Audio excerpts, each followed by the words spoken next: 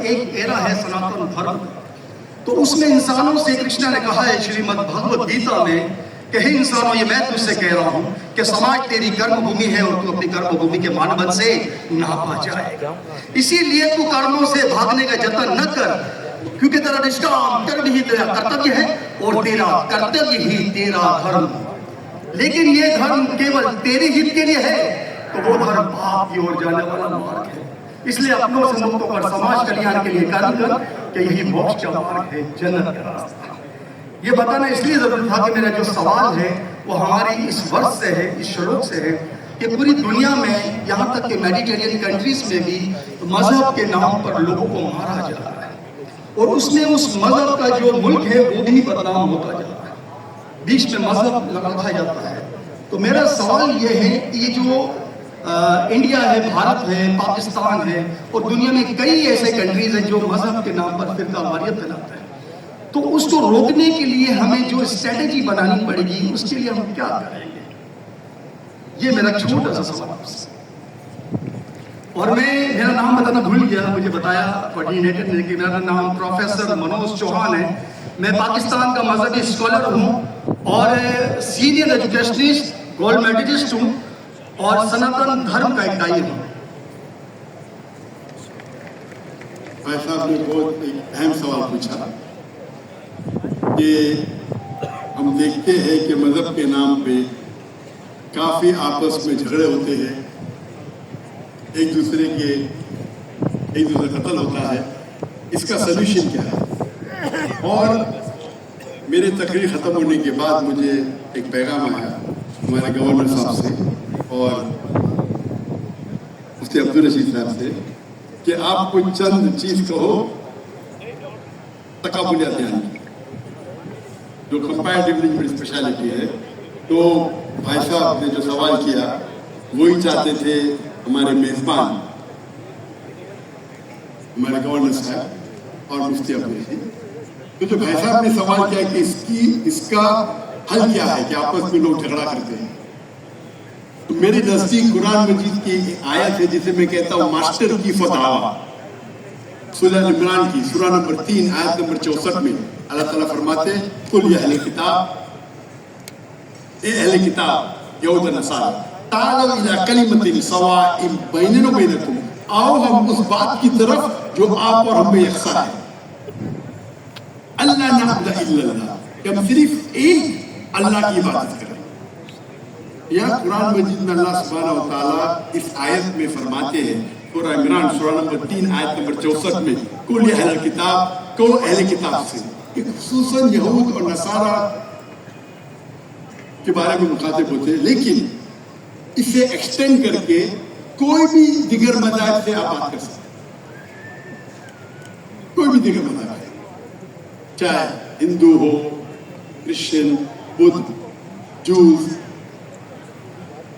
اور اس میں اللہ تعالیٰ کہتے ہیں کہ کہو ان غیر مسلموں سے تعالوا الی کلمۃ سواء بیننا و بینکم، آؤ ہم اس بات کی طرف جو آپ اور ہم میں یکساں ہے، ہم یکسانیت پہ بات کریں، اختلاف کی بات نہ کریں۔ اختلاف ہے، اسی لیے اگر میرے لیکچر سنیں گے، اکثر لیکچر کا میرا موضوع ہے similarities between Islam and Hinduism, اسلام اور ہندوازم میں یکسانیت، اسلام اور عیسائیت میں یکسانیت۔ میرے تقریر کا موضوع کبھی اختلافی نہیں ہوتا ہے، انلیس کوئی غیر مسلم میرے قرآن کو اٹیک کرتا ہے اور اس میں غلطیاں نکالتا ہے۔ مثال کے طور پہ ڈاکٹر ولیم کیمبل، جس کو پی ایچ ڈی اس نے حاصل کی قرآن کے خلاف کتاب لکھنے کے لیے، Quran and Bible eight of science, اور انہوں نے 38 غلطیاں نکالی قرآن میں، نعوذ باللہ، سائنٹیفک، اور 8 سال تک کے کوئی بھی مسلم اس کا جواب نہیں دیا۔ تو امریکہ میں اسٹوڈنٹس نے مجھے بلایا کہ آپ بھی ڈاکٹر ہیں، آپ اس سے ڈیبیٹ کر سکتے؟ میں نے کہا اہلاً و سہلاً۔ یہ 2000 کی بات ہے، جب میں دعوتی میدان میں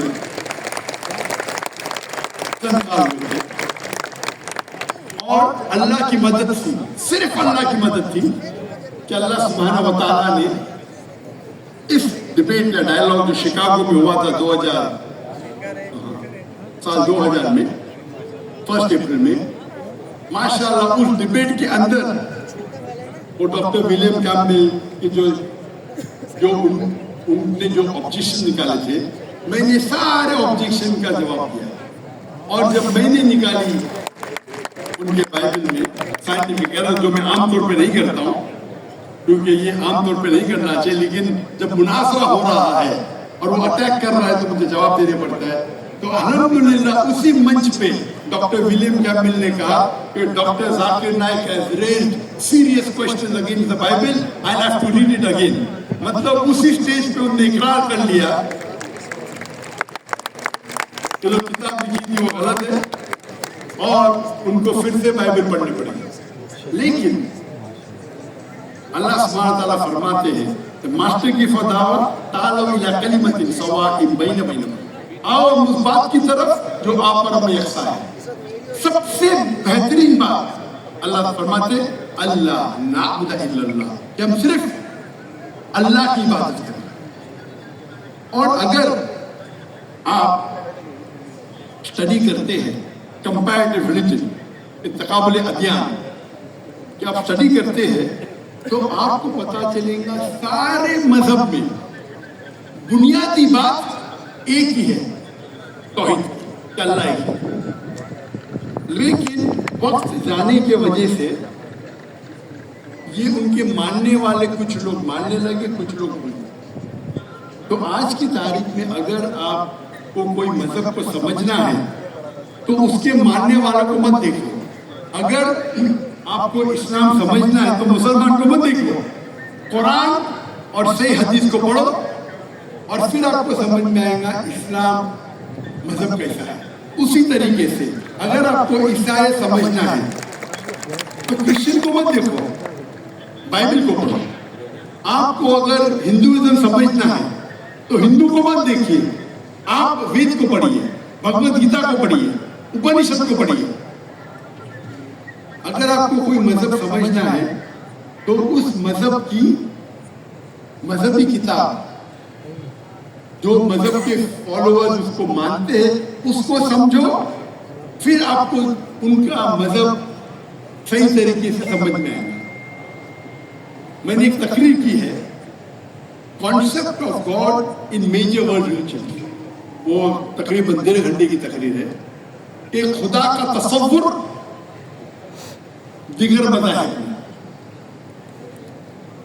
اور میں نے اہم مذہب کا حوالہ دیا, اور بھائی صاحب کیونکہ ہندو مذہب سے ہے اور انہیں کوئی شلوک پڑھی تھی بھگوت گیتا سے. سب سے ہائیسٹ ہندوازم میں وید آتا ہے, وید, اور وید کا نچوڑ ہے بھگوت گیتا. اور وید کے بعد اپنشد, اسے کہتے ہیں شروتی. ہندو مذہبی کتاب کو دو قسم میں تقسیم کی جاتی ہے, ایک کو کہتے ہیں شروتی, ایک کو کہتے ہیں اسمرتی. شروتی وہ کتاب ہوتی ہے جو آسمانی کتاب ہوتی ہے, خدا کی طرف سے نازل کی جاتی ہے, اور اسمرتی وہ کتاب ہے جو انسانوں نے لکھی. تو شروتی میں آتا ہے وید اور اپنشد. آپ اگر چھندوگیہ اپنشد پڑھیں گے, چیپٹر نمبر 6, شلوک نمبر 2, منترا نمبر 1, ایکم ایویدتیم, یہ سنسکرت ورڈ ہے. ایکم ایویدتیم مینس خدا ایک ہے, دوسرا نہیں.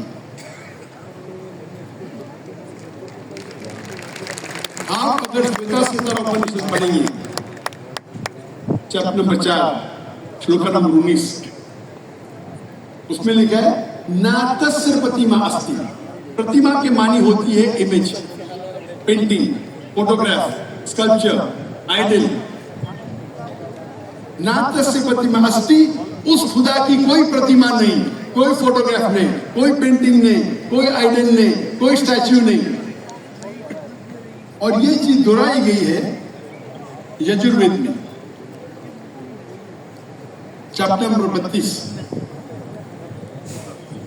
شلوکا نمبر 2 ناتس پتم استی. اس خدا کی، اس بھگوان کی کوئی پرتیما نہیں، کوئی فوٹوگراف نہیں، کوئی پینٹنگ نہیں، کوئی آئیڈل نہیں، کوئی اسکلپچر نہیں، کوئی تصویر نہیں. اور ہندوازم کا برہما سوترا، ہندوازم میں ایکم برہم دیوتیا ناستے، نینا ناستے کنچن، بھگوان ایک ہے، دوسرا نہیں ہے، نہیں ہے، نہیں ہے، ذرا بھی نہیں ہے. There is only one God, not a second one, not at all, not at all, not in the least. تو اگر آپ ہندو کی مذہبی کتاب پڑھیں گے، چاہے وید ہو چاہے اپنشد ہو، اس میں لکھا ہوا ہے کہ بھگوان ایک ہی ہے، اس کا کوئی عکس نہیں.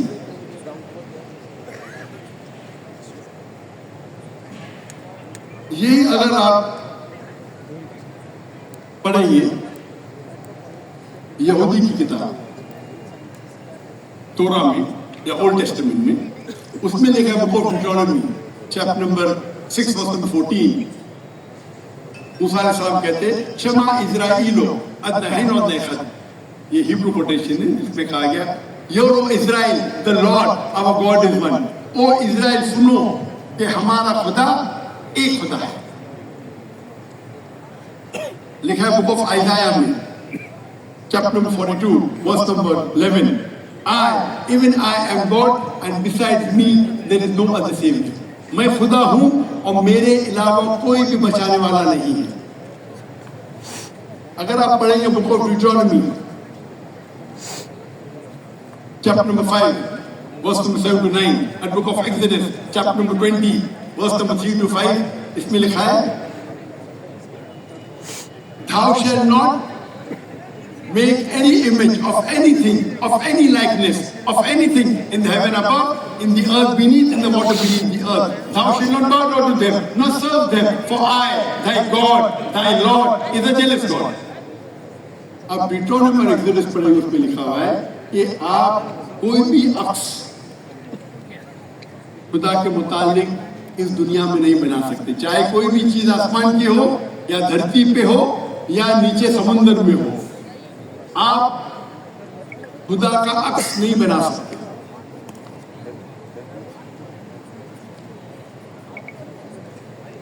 اسی طریقے سے اگر آپ میری پوری تقریر سنیں گے اور آپ اگر گرو گرنتھ صاحب پڑھیں گے، جو ہمارے سکھ بھائی موجود ہے اندر، انہوں نے گرنتھ پڑھی، اور جو گرنتھ پڑھی انہوں نے لیکچر میں آنے کے پہلے اکثر وہ توحید کا ذکر کرتے ہیں. سکھ مذہب ہے، ان کی مذہبی کتاب ایک گرو گرنتھ صاحب جو گرو نانک نے لکھی تھی،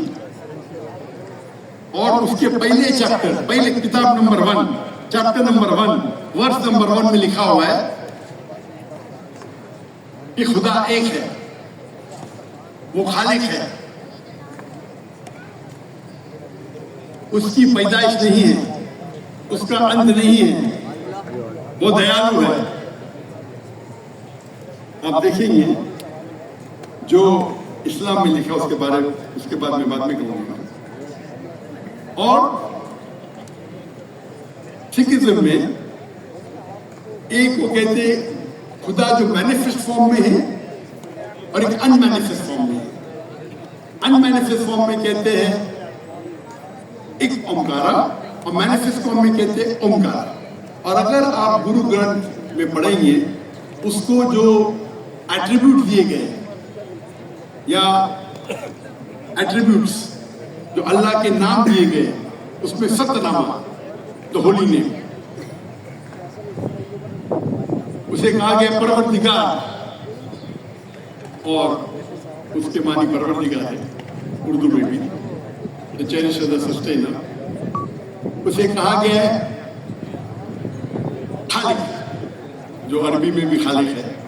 تو کئی معنی عربی اور اردو کے لفظ ہے. اس میں کہا گیا واحد گرو، ایک